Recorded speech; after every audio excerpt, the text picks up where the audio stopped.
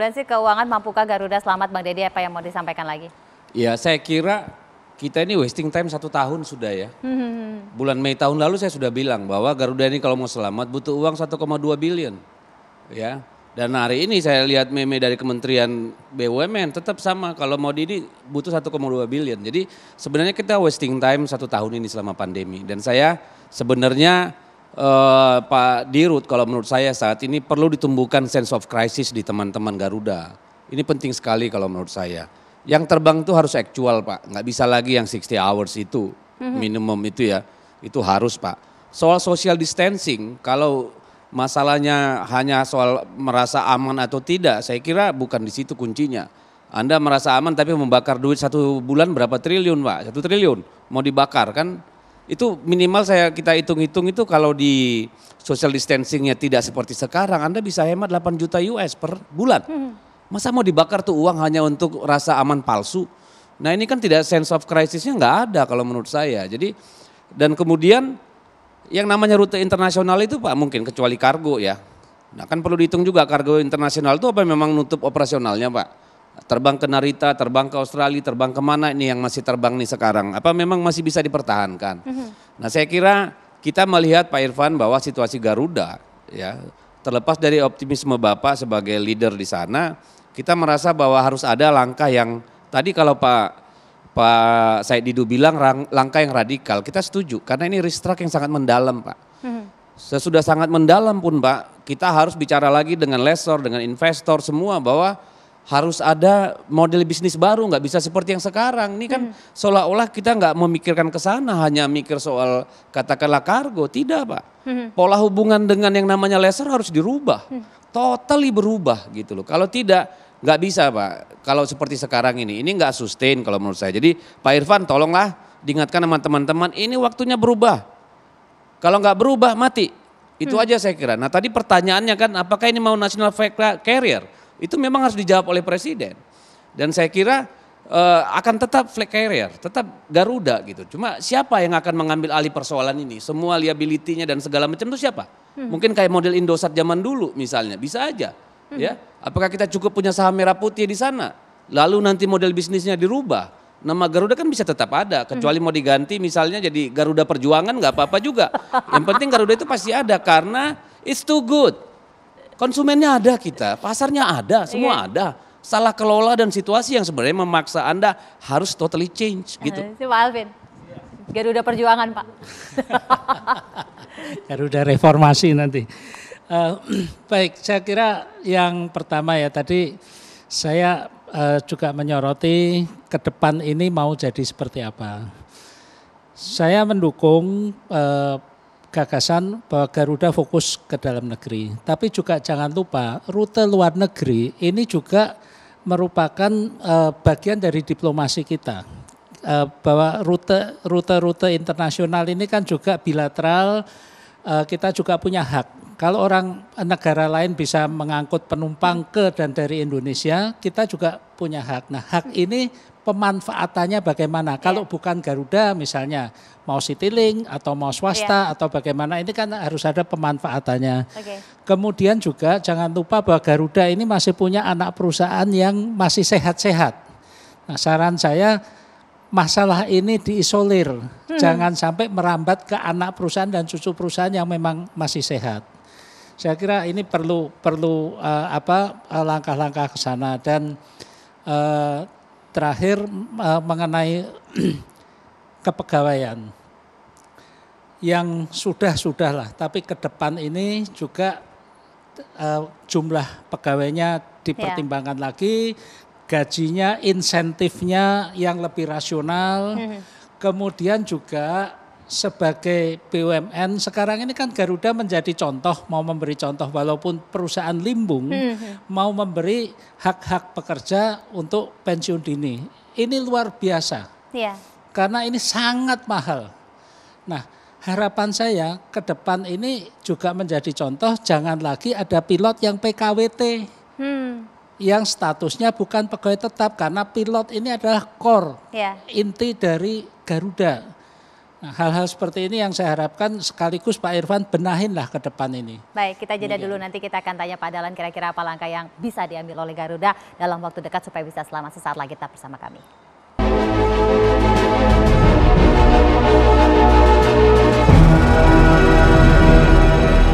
Saya minta closing statement pertama dari Pak Dahlan. Silakan Pak Dahlan.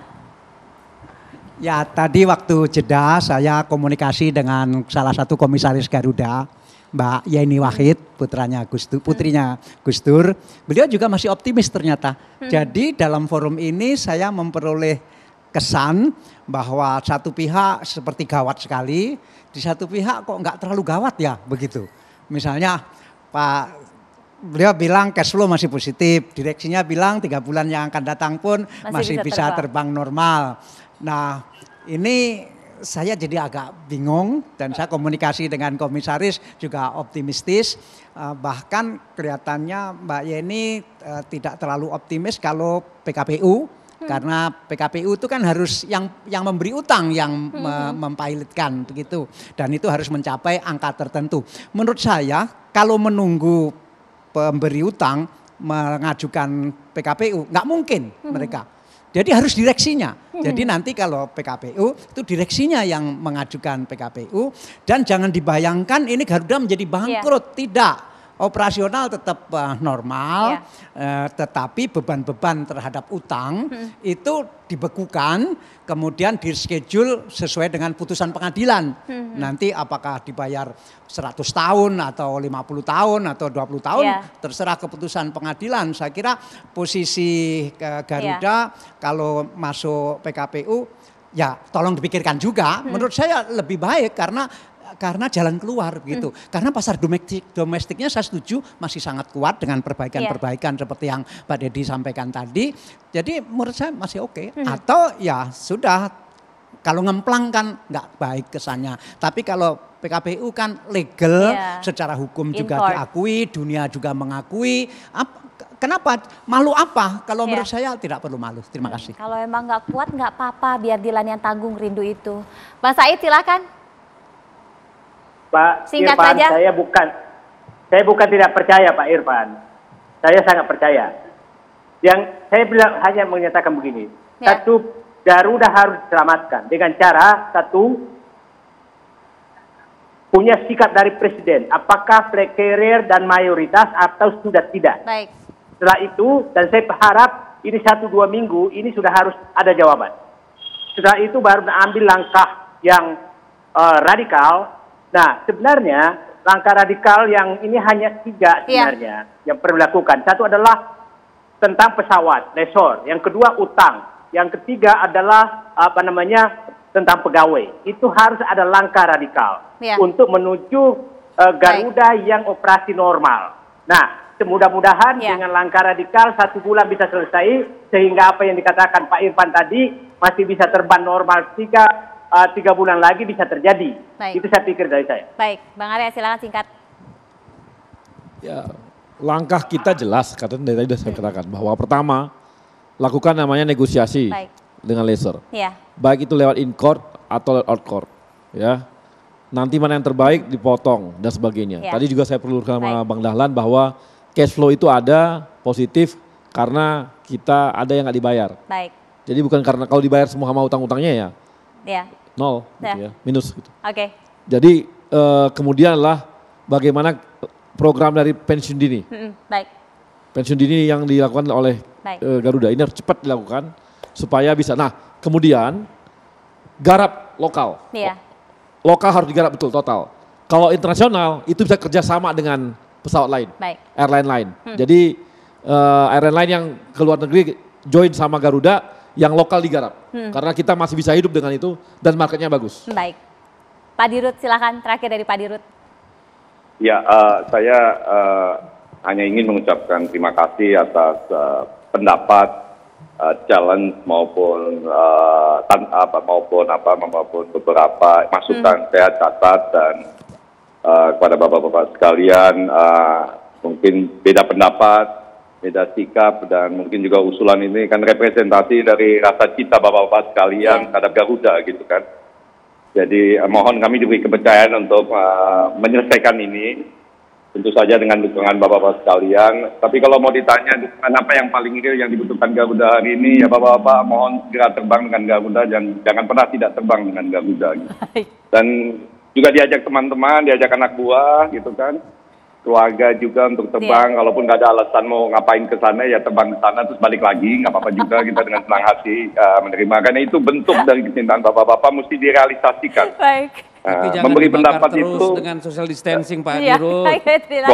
boleh. Kalau Kita dengan terpaksa, suami istri kita bolehkan dekat-dekat kok. Kita terpaksa pakai bisnis terus nih karena masuk dukung Garuda. Tapi kalau duit dibuang-buang juga kan Apalagi sayang gitu, Pak. Jangan Oke. pernah minta diskon tapi dari saya gitu Baik. Bapak-Bapak sekalian. Jadi terima kasih banyak, Terima kasih. banyak. Jadi dukungan Bapak-Bapak tentu saja Iya. memberi banyak lagi semangat kepada saya dan teman-teman direksi dan juga karyawan yang lain.